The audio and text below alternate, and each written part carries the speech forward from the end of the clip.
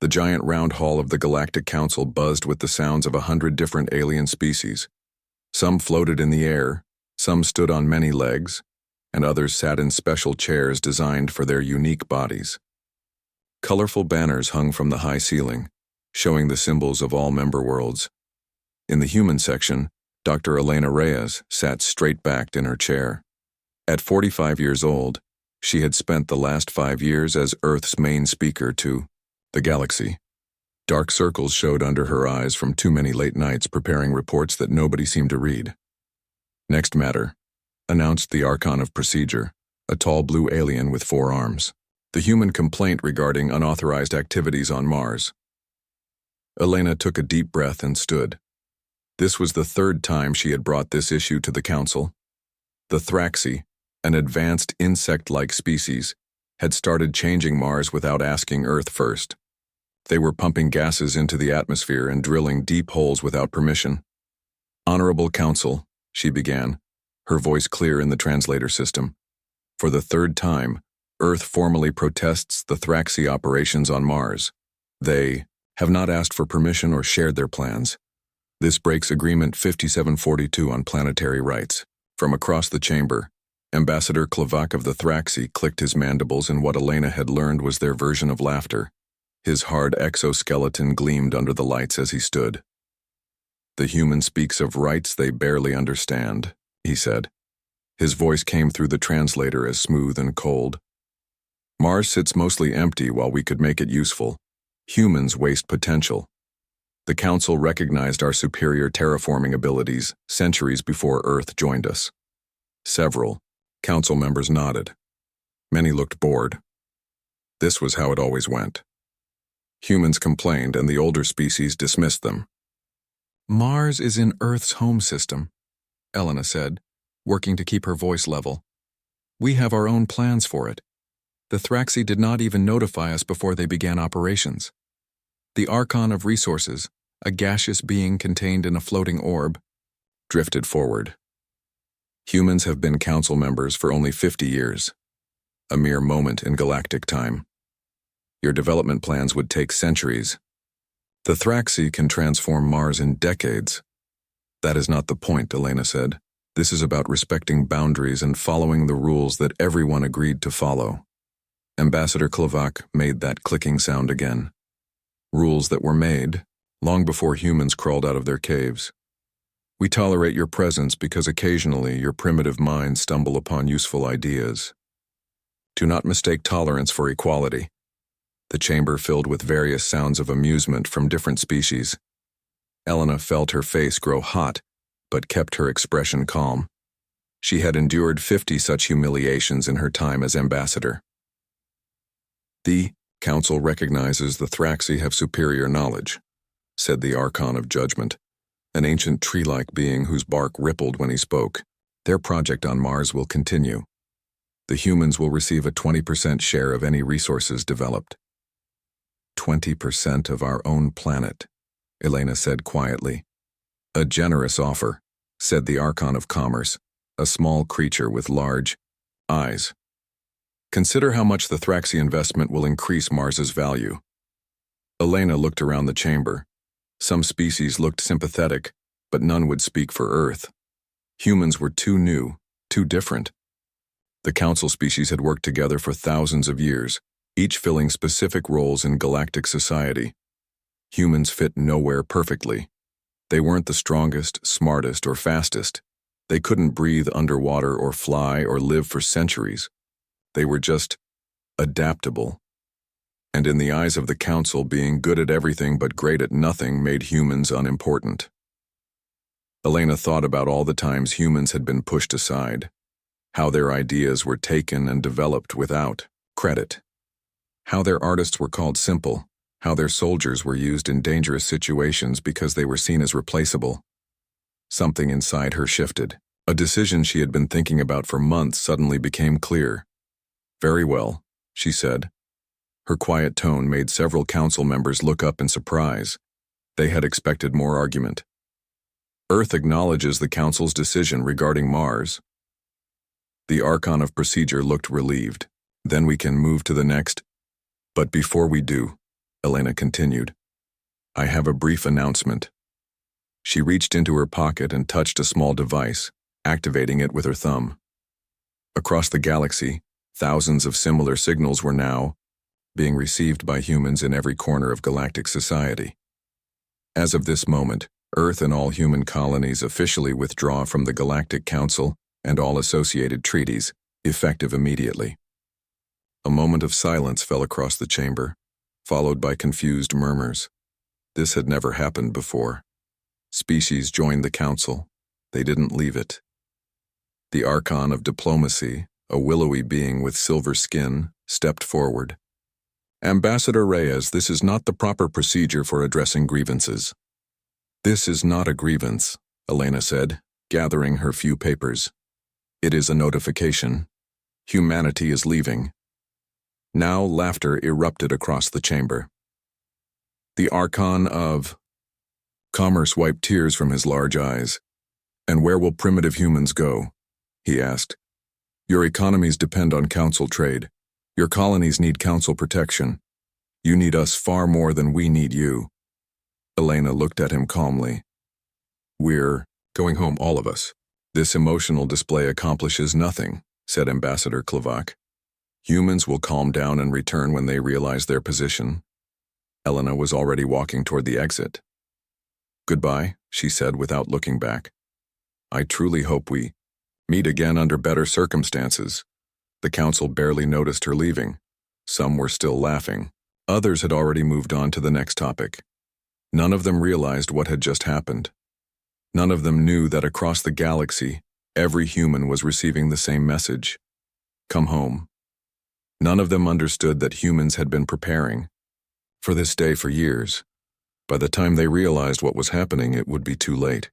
Captain Jiyu Chen stood on the bridge of the transport ship homeward bound, watching her crew prepare for departure. At 35, she had spent most of her adult life in the galactic military forces, often assigned to missions other species considered too dangerous or unimportant. Now she commanded one of the last human vessels still in foreign space, responsible for bringing home the remaining human workers from the Proxima Centauri mining operations. All miners accounted for, Captain, reported her first officer. We're ready to leave. Chen nodded. Take us out, steady speed. No need to rush now. The massive ship lifted smoothly from the spaceport. Below them, alien supervisors watched in confusion as their entire human workforce departed at once. Similar scenes were happening across the galaxy, every human packing up and leaving without argument or explanation. 3 days had passed since Ambassador Reyes walked out of the council chamber. In that short time, humanity had begun its greatest migration. Ships that had been secretly prepared for months were now in constant motion, ferrying humans back toward Earth from every corner of known space. As the homeward bound approached the UR Proxima checkpoint, Chen saw the familiar lights of the security station. The Vorlath, a security-focused species with tough gray skin and 4 eyes, controlled this sector. They prided themselves on knowing everything that happened in their territory. Incoming communication, Captain, said the communications officer.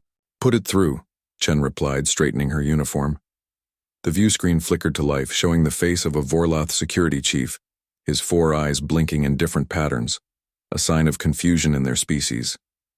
Captain Chen, he said, his deep voice rumbling. Our sensors show your vessel is at full capacity and your course is set for Earth. You have not filed the proper departure notices. Chen smiled politely. We're following direct orders, Chief Vorex. All humans are returning to Earth. All humans? The Vorlath's top set of eyes narrowed. For what purpose?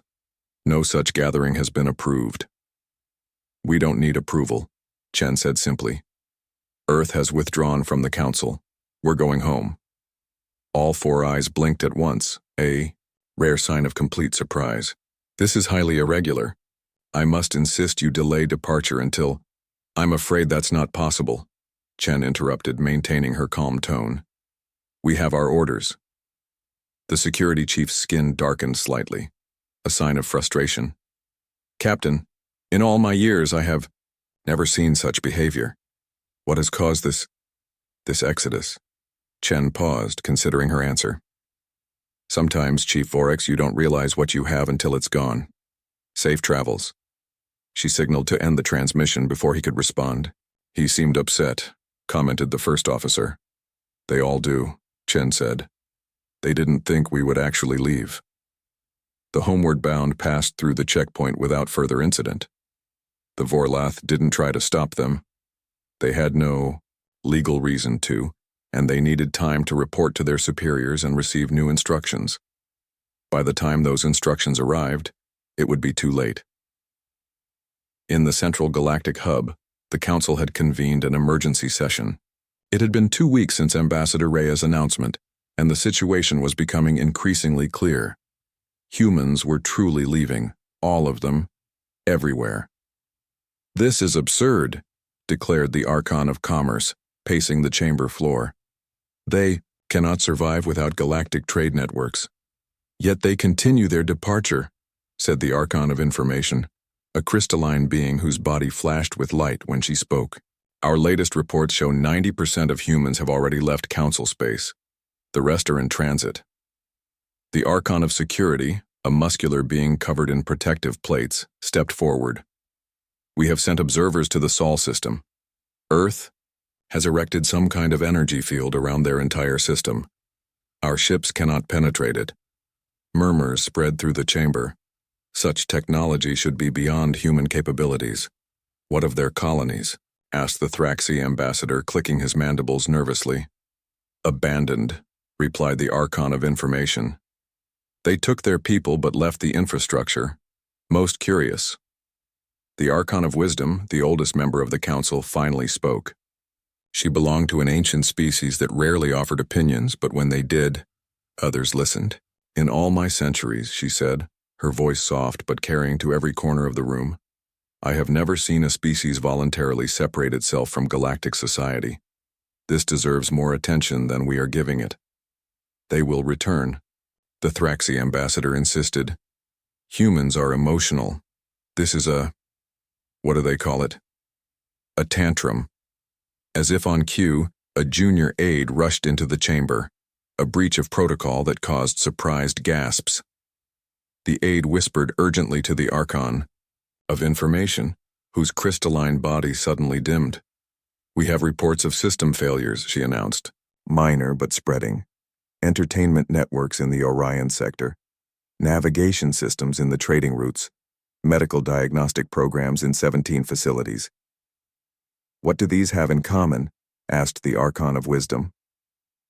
The Information Archons. Lights pulsed slowly. They all contained human programming elements. Small contributions seemingly inconsequential, but now failing without regular maintenance. A heavy silence fell over the chamber. It seems, said the Archon of Wisdom, that our human friends were more integrated into our systems than we realized. These are minor inconveniences, the Thraxi ambassador insisted, but his mandibles were clicking rapidly, a sign of stress. Nothing vital. In the back of the chamber, the Archon of Innovation sat quietly calculating. She belonged to a species that valued creative development above all. More than most, she had worked with humans, using their strange ideas to improve upon established technologies. The patterns of failure will increase, she said finally. Humans had a unique way of connecting systems that we considered separate. They filled gaps we didn't know existed. Then we must recall them, said the Archon of Commerce. Offer incentives. Have we tried simply communicating with Earth? Asked the Archon of Wisdom. The security. Archon nodded. All attempts at contact have failed. The energy barrier blocks communications. Earth has gone silent. Outside the chamber windows, the gleaming spires of the galactic hub stretched toward the stars. For thousands of years, it had been the center of the most advanced civilization in known space. The council members stared at the familiar view, suddenly feeling uncertain for the first time in centuries. This will pass, the Archon of Commerce said, but his voice lacked conviction. Humans need us. None of them spoke the growing fear in their minds. What if we need them more? 6 months had passed since humanity's departure. Across the galaxy, what had begun as minor inconveniences were growing into serious problems. On the agricultural world of Tulax Prime, Governor Zeal stared in horror at the failing food production systems. For over 1,000 years, the massive machines had automatically planted, grown, and harvested crops that fed 12 star systems. The Tulaxians had long ago forgotten how the ancient technology actually worked. They simply maintained the systems according to procedures passed down through generations. "What do you mean it can't be fixed?" Zeal demanded, her leaf-like ears trembling with stress. The chief engineer Vard spread his 6 hands in a gesture of helplessness. "The central processing units are rejecting all our commands. We've tried everything in the maintenance manuals." "If we can't restart these systems," Zeal said, "billions will go hungry within months." An older Tulaxian stepped forward. Mael had supervised the food systems for 50 years before retiring. "There were humans," he said quietly. "A small team. They came twice a year to make adjustments. We thought they were just running basic tests, but what?" Zeal asked. "They understood parts of the old code that none of us did. They made small changes each time, said they were patches to keep things running smoothly." Zeal's eyes widened. "And now that they're gone?" "The system is reverting to its original programming," Mael explained. "The ancient instructions don't work with our modern components. The humans were keeping it all balanced somehow." Zeal turned to look through the window at the vast fields where robotic harvesters now stood motionless. "Why didn't anyone tell me we were so dependent on them?" "Because," Mael said sadly, "we didn't know we were." Similar scenarios were playing out across galactic society. In the Haldrian defense sector, shield generators protecting 3-star systems began failing one by one.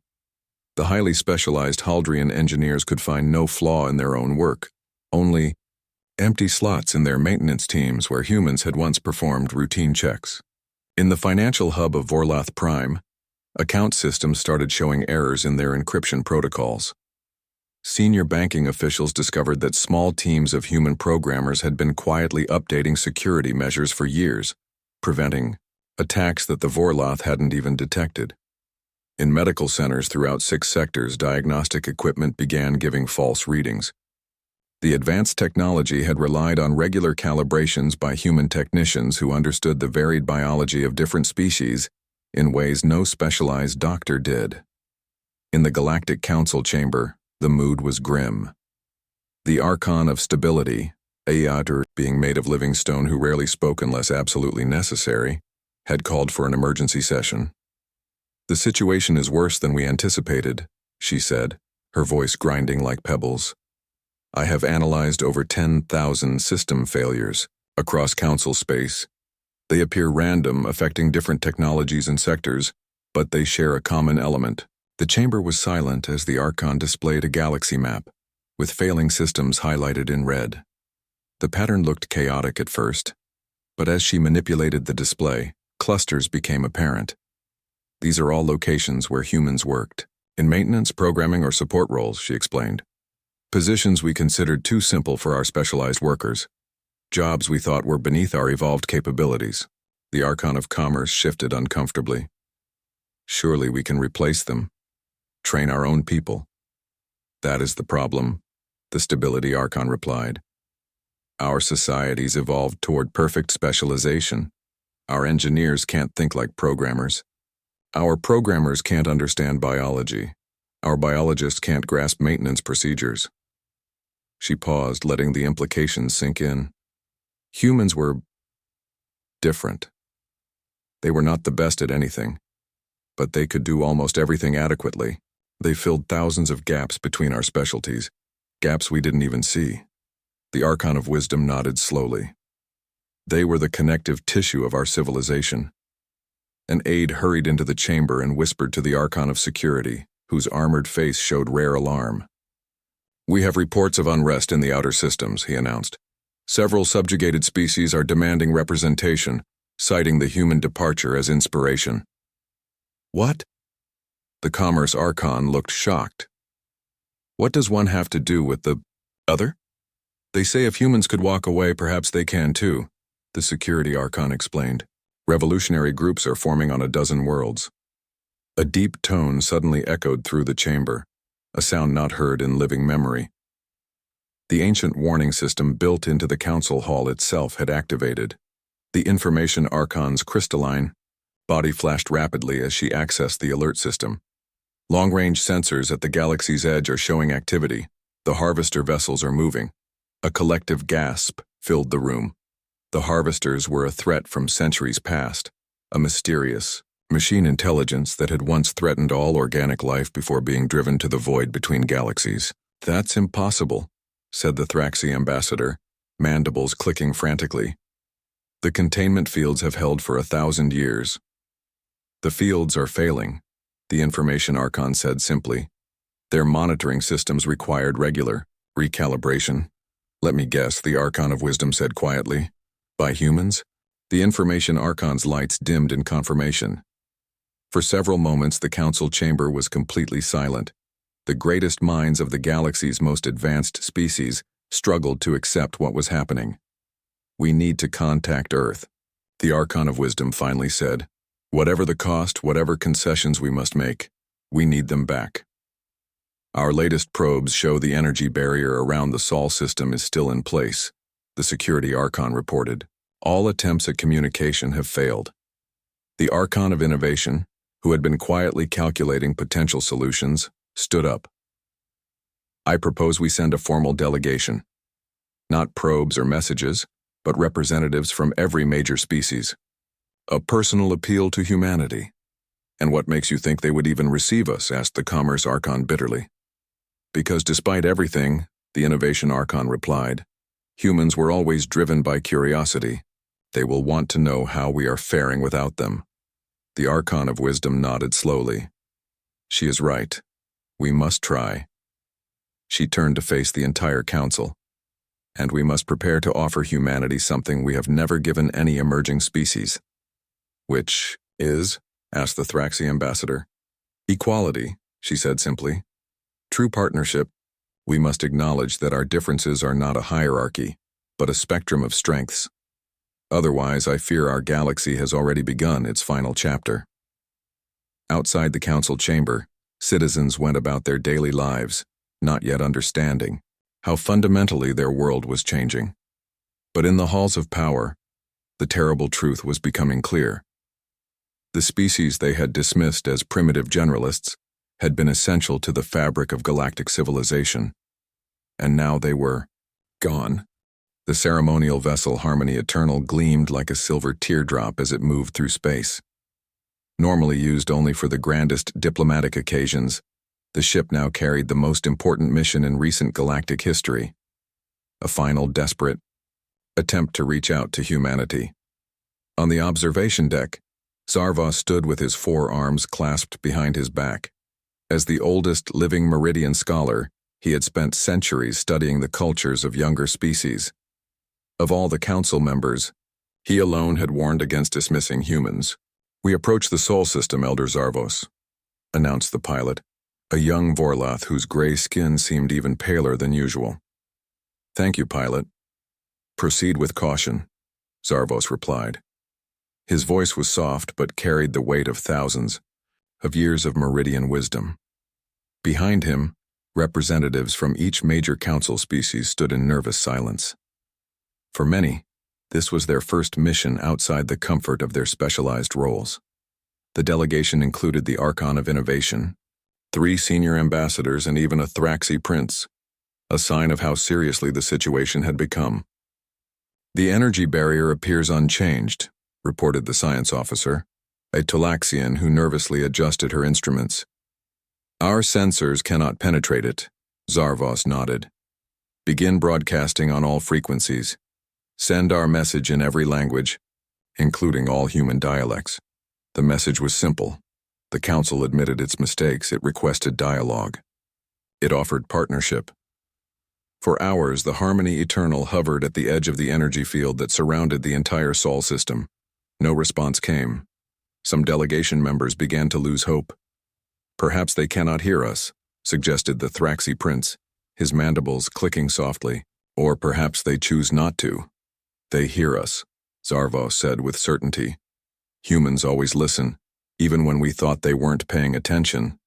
Suddenly, the science officer's instruments beeped urgently. Movement within the barrier. Something is happening. Before their eyes, a small opening appeared in the energy field, just large enough for their ship to pass through. No communication accompanied it, just the silent invitation of an open door. "Should we proceed?"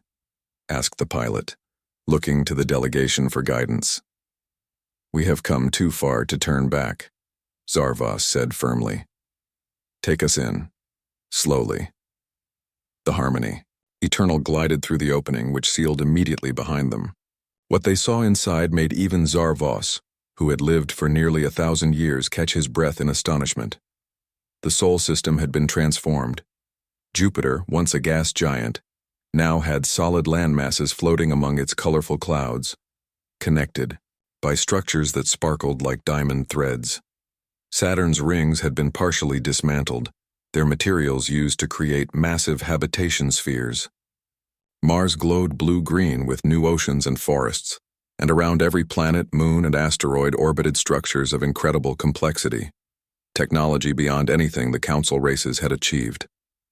"Impossible," whispered the Archon of Innovation, her eyes wide. Even with their entire population working together, humans couldn't have built all this in 1 year. Small escort vessels approached, sleek ships with unfamiliar designs. They emitted no communication but formed a pattern around the Harmony Eternal, guiding it toward Earth. As they approached the blue planet, the changes became even more apparent. The continents showed new patterns of lights and structures.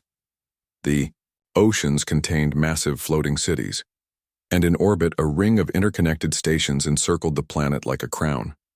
"We're being directed to a landing area," the pilot reported, her voice shaking slightly. "Coordinates received."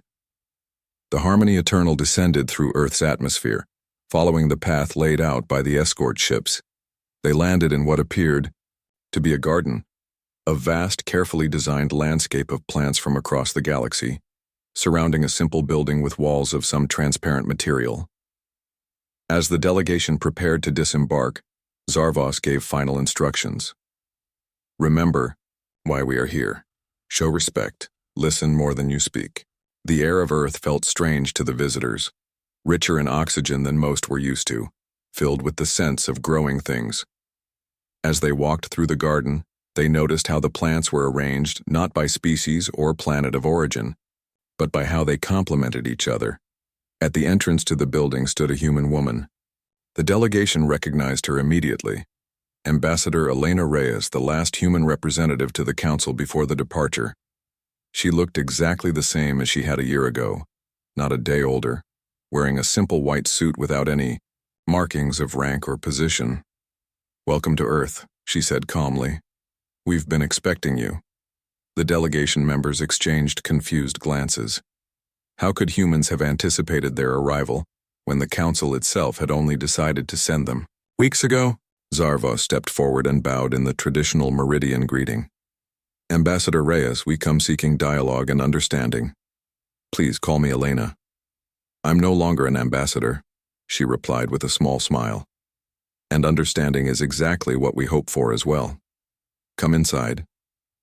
The interior of the building was a single large room with a round table, familiar to the Council members as it resembled their own chamber. Through the transparent walls, they could see the garden stretching in all directions. "I must admit," said the Archon of Innovation as they took their seats, "we are confused. What we've seen in your solar system should be impossible to achieve in the time since your departure." Elena nodded. "I imagine it would seem that way. In your time, it has been approximately 1 year since we left the Council." "And in your time?" Zarvos asked, his ancient mind already grasping the implications. "For us," Elena said, "it has been nearly 30 years. A stunned silence fell over the delegation. "The energy barrier," Zarvos said slowly. "It doesn't just block communications and entry, it alters the passage of time within it." Elena nodded. "Time dilation technology, one of our first major breakthroughs after we returned home. We needed time to prepare, time to develop, Time to unite our efforts. Her expression grew more serious. Time to prepare for what's coming. The Harvesters, the Thraxi Prince, said, his voice barely audible. Elena's eyes showed surprise for the first time. So you know about them already. That's sooner than we expected. Their containment systems are failing without human maintenance, explained the Archon of Innovation. Our long-range sensors detected movement 3 weeks ago. In that case, Elena said, standing up, we have much to discuss in less time than I thought. Let me show you what we've been doing for the past 3 decades. As the delegation followed her through a door at the back of the room, Zarvos found himself filled with both hope and a deep sense of regret for how the galaxy had treated these remarkable beings. The humans hadn't left out of spite or weakness. They had left to save themselves. And perhaps, if the Council was wise enough to listen now, to save everyone else too. The delegation followed Elena through corridors that seemed to shift and change as they walked. The walls glowed with a soft light that had no visible source. Even the Archon of Innovation, familiar with the most advanced Council technology, found herself touching the walls in wonder. This material, she said, it responds to thought patterns. Elena nodded.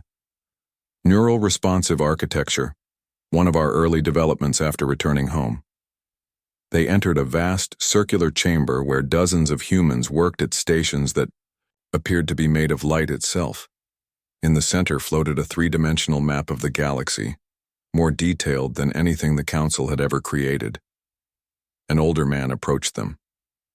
His dark skin contrasted with silver hair, and he moved with the careful precision of someone used to delicate work.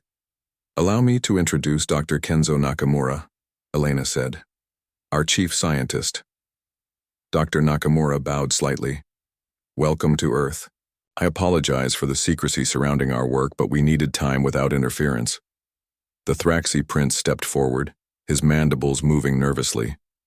What exactly have you been doing these 30 years? Dr. Nakamura gestured to the galaxy. Map. First, allow me to explain why we left. Please observe. He waved his hand and the map zoomed in on the outer rim of the galaxy. Red dots appeared, showing the location of the harvester vessels.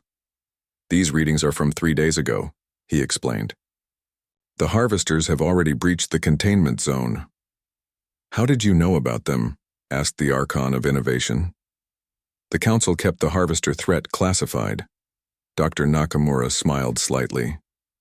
Humans were always good at finding information. Others tried to hide. But more importantly, we recognized patterns that your specialized minds missed. He expanded the map again, showing streams of data flowing through Council systems. The harvesters didn't just wait in the void. They sent infiltration programs into your network centuries ago, too subtle for your security systems to detect, but humans noticed the irregularities. The delegation members exchanged alarmed glances. When we realized what was happening, Elena continued, we tried to warn the Council. Our reports were dismissed as human paranoia or misunderstanding of complex systems. We knew then that we needed to develop our own defenses. Dr. Nakamura led them to another area where a massive device hummed with power. This is a quantum communication network. It can detect the harvester's movements and communications anywhere in the galaxy. The Archon of Innovation studied the technology with wide eyes. This is beyond anything we've developed. Because you evolved differently than we did, Dr. Nakamura explained gently. Your species each adapted perfectly to specific environments and roles, logical for stable conditions, but humans evolve through constant change and challenge. We are adapters, connectors, improvisers, Elena added, qualities the Council dismissed as primitive. Zarvos, who had been quietly observing, finally spoke. You see connections where we see separation. Exactly, Dr. Nakamura nodded. And that's why we understood the harvesters when you couldn't. They target specialized civilizations. He brought up historical data on a screen. They've done this in 87 previous cycles across multiple galaxies. They seek out and eliminate advanced but rigidly specialized societies. Like ours, whispered the Talaxian representative. Yes, Elena confirmed. You're perfectly ordered, Highly specialized society is exactly what they hunt. What you saw as our weakness, our messy adaptability, is actually what makes us invisible to their detection systems. The delegation stood in stunned silence as the full weight of the revelation sank in. "So you left," began the Thraxi prince, "to develop separately," Elena finished. "To create defenses that could work against the harvesters, technologies they wouldn't recognize because they didn't evolve from your specialized systems." Dr. Nakamura gestured to the screens around them. "We've created entirely new approaches to energy, communication, transportation, even the nature of matter itself. Things that would have been impossible under council restrictions on human development." The Archon of Innovation looked ashamed. "We limited your growth. We thought we were protecting galactic standards." "You were protecting your position," Elena said, not unkindly. "It's natural for established powers to resist change." Zarvos moved closer to the galaxy map, his ancient eyes studying the movement patterns of the harvester vessels. "Their approach is methodical. They will reach council space within months." "Sooner," Dr. Nakamura corrected. "They've already infiltrated key systems. Your central defense networks, communication hubs, and power grids have all been compromised." The delegation's alarm was palpable now. "Can they be stopped?" asked the Vorloth security representative, speaking for the first time. "Yes," Elena said firmly. "We've developed technologies that can counter their approaches, systems they cannot predict or understand because they're based on human adaptability rather than specialized perfection." "Then you will help us?" the Thraxi prince asked, his mandibles trembling with what might have been hope. Elena's expression hardened slightly. "That depends on what happens next." "What do you mean?" asked the Archon of Innovation. "We developed these defenses to protect ourselves," Elena explained. "Whether we share them with the Council depends on whether the Council is willing to change." Zarvos nodded slowly in understanding. "You didn't leave because you were insulted by the Council's treatment." "No," Elena agreed, "though that didn't help." "You left because we wouldn't listen," Zarvos concluded. "Because we couldn't see beyond our specialized perspectives to recognize a threat that didn't fit our understanding of the universe." "And now?" Dr. Nakamura asked quietly. The delegation members looked at each other, centuries of certainty in their superiority crumbling in the face of what they had learned. "Now," said Zarvos with the wisdom of his 1,000 years, "we must do what the Council has never done before." "Which is?" Elena asked. "Listen," he said simply. "Truly listen, and then change." Elena smiled, the first genuine smile she had shown since their arrival. "Then perhaps there is hope for all of us." She gestured toward another door, which opened to reveal a vast hangar filled with ships unlike any the delegation had ever seen. "Let me show you what we've been building," she said. "Our answer to the harvesters. And perhaps, if we can truly work together, the beginning of a new kind of civilization, one that values both specialization and adaptation, one that's stronger than anything this galaxy has ever known." As the delegation followed her, even the most doubtful among them felt something they hadn't expected to find on Earth: hope. The great chamber of the Galactic Council had never been so silent. Representatives from every member species sat motionless as they watched the delegation's report on the massive central screen. The images of Earth's transformed solar system, the advanced technology, and the approaching harvester threat left even the most talkative species speechless. When the presentation ended, the Archon of Tradition rose from his seat. His species valued stability and order above all else, and his crystalline form sparkled with agitation. "We cannot simply accept these human claims," he declared. "For thousands of years our civilization has stood on the principles of specialization and proper order, each species with its proper place and role." The Vorloth security representative, who had been part of the delegation, shook her head. "What you saw was only a small part of their evidence. The harvester infiltration is real. I've verified it myself in our own systems." "Even if the threat is real," the Tradition Archon insisted, "we should develop our own solutions. We cannot depend on humans." a species that abandoned us when it suited them. A young Vorlath diplomat stood up from the junior representatives section, breaking thousand-year protocol. Her action caused gasps throughout the chamber. "With respect, honored Archon," she said, her voice steady despite her breach of etiquette. "Our civilization stands on the edge of extinction. Pride will not save us from the harvesters."